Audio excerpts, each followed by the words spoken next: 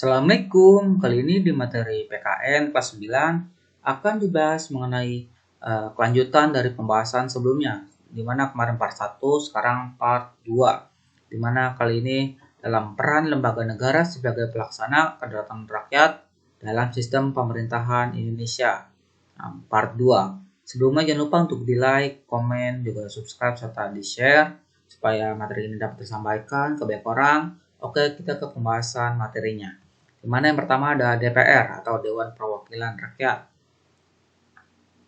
Anggota DPR dipilih melalui pemilu atau pemilihan umum pasal 19 ayat 1 UUD 45. Sedangkan susunan keanggotaan DPR diatur melalui Undang-Undang pasal 19 ayat 2 UUD 45. Dalam Undang-Undang Nomor 8 Tahun 2012 tentang Pemilu, anggota DPR, DPD, dan DPRD ditentukan jumlah anggota DPR sebanyak 560 orang yang berasal dari anggota partai politik peserta pemilu pasal 21 Undang-Undang Nomor 8 Tahun 2012. Lalu ada fungsi DPR ditegaskan dalam pasal 20A ayat 1 UUD 45 di mana memiliki 3 fungsi, yaitu fungsi legislasi, fungsi anggaran, dan fungsi pengawasan.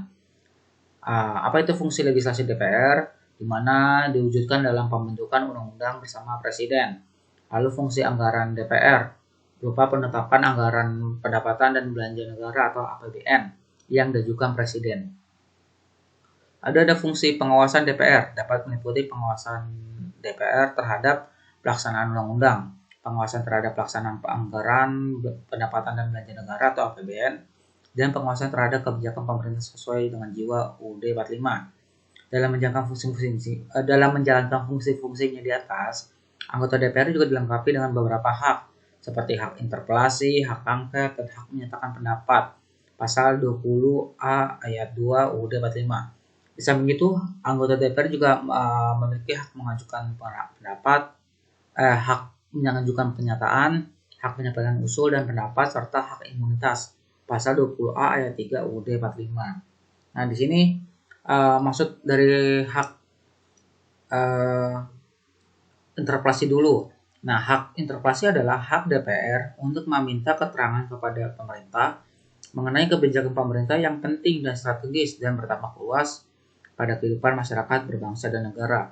Lalu ada hak angket, adalah hak DPR untuk melakukan penyelidikan terhadap pelaksanaan suatu undang-undang atau kebijakan pemerintahan yang berkaitan dengan hal-hal penting, strategis, dan berdampak luas pada kehidupan masyarakat berbangsa dan bernegara yang diduga bertentangan dengan peraturan perundang-undangan. Lalu ada hak menyatakan pendapat, adalah hak DPR untuk menyatakan pendapat atas kebijakan pemerintah atau mengenai kejadian luar biasa yang terjadi di tanah air atau di dunia internasional.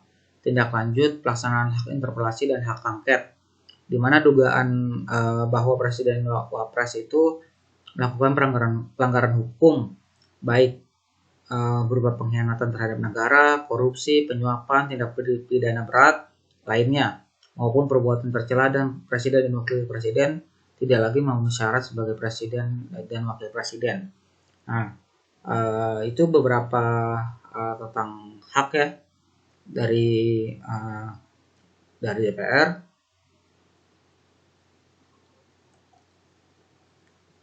Lalu kita ke BPK atau Badan Pemeriksa Keuangan. BPK adalah lembaga negara yang bebas dan mandiri dengan tugas khusus untuk memeriksa pengelolaan dan tanggung jawab keuangan negara. Pasal 23E ayat 1 UUD 45. Kedudukan BPK yang bebas dan mandiri berarti terlepas dari pengaruh dan kekuasaan pemerintah.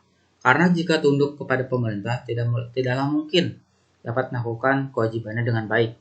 Namun demikian, BPK bukanlah badan yang berdiri di atas pemerintah.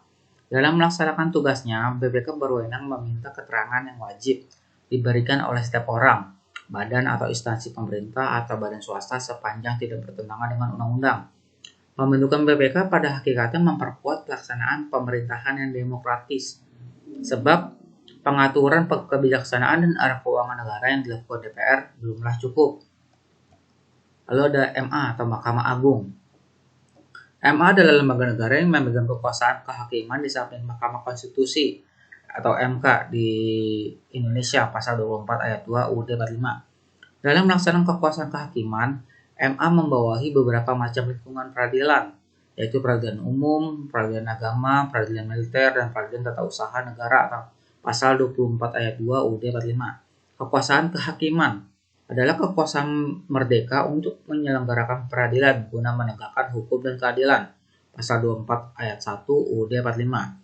Lalu ada MA, Mahkamah Agung, adalah lembaga peradilan umum di Negara Kesatuan Republik Indonesia yang menganut sebagai negara hukum yang berdasarkan Pancasila dan UUD 45. Di mana lembaga yang melaksanakan peradilan umum tersebut itu ada Pengadilan Negeri, Pengadilan Tinggi, dan Mahkamah Agung.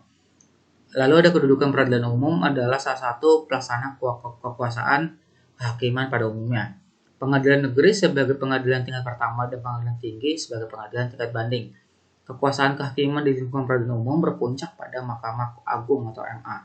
Pengadilan negeri berkedudukan kota atau kabupaten yang daerah hukumnya meliputi wilayah kota atau kabupaten. Pengadilan tinggi berkedudukan di ibu kota provinsi dan daerah hukumnya meliputi wilayah provinsi.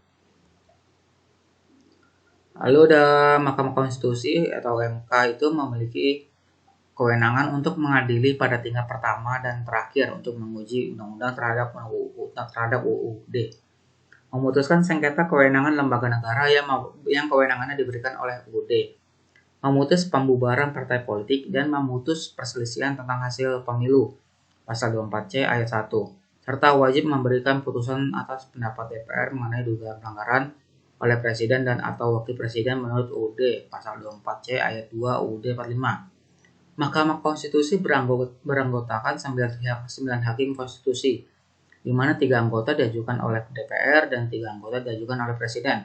Pasal 24C ayat 3 UUD 45. Hakim konstitusi harus memiliki integritas dan kepribadian yang tidak tercela, adil, negarawan yang menguasai konstitusi dan ketatanegaraan, serta tidak merangkap sebagai pejabat negara. Pasal 24C ayat 5 UUD 45.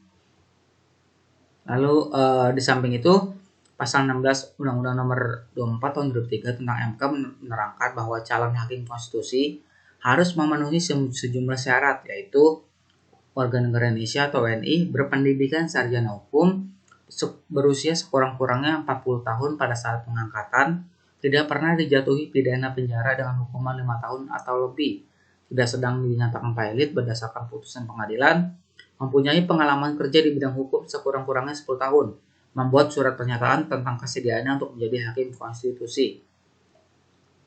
Lalu ada DPD atau Dewan Perwakilan Daerah.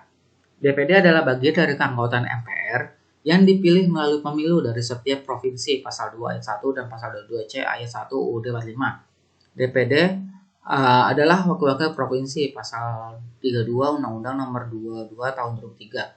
Oleh karena itu, anggota DPD berdomisili di daerah pemilihannya dan selama bersidang bertempat tinggal di ibu kota negara Republik Indonesia. Pasal 33 ayat 4 Undang-Undang Nomor 22 Tahun 2003. Namun dalam Undang-Undang Nomor 10 Tahun 2008 tentang pemilu, anggota DPR, DPD, dan juga DPRD pasal 12, calon peserta pemilihan umum anggota DPD tidak disyaratkan berdomisili di daerah pemilihannya, melainkan mendapatkan dukungan minimal dari daerah pemilihan yang bersangkutan.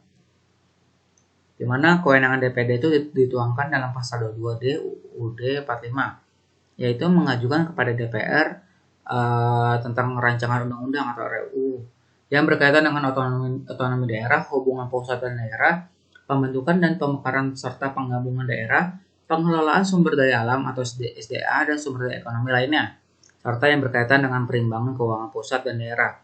Ikut membahas RUU yang berkaitan dengan otonomi daerah, hubungan pusat dan daerah, pembentukan dan pemekaran serta penggabungan daerah, pengelolaan sumber daya alam dan juga sumber daya ekonomi lainnya, serta yang berkaitan dengan perimbangan keuangan pusat dan daerah. Di mana lalu ada lanjutan lagi, ada memberikan pertimbangan kepada DPR atas RUU, APBN, dan RUU yang berkaitan dengan pajak, pendidikan, dan juga agama. Melaksanakan pengawasan atas pelaksanaan undang-undang mengenai otonomi daerah, pembentukan, pemekaran, dan penggabungan daerah, hubungan pusat dan daerah, pengelolaan SDA dan sumber daya ekonomi lainnya, pelaksanaan APBN, pajak, pendidikan, agama, serta menyampaikan hasil pengawasan itu kepada DPR.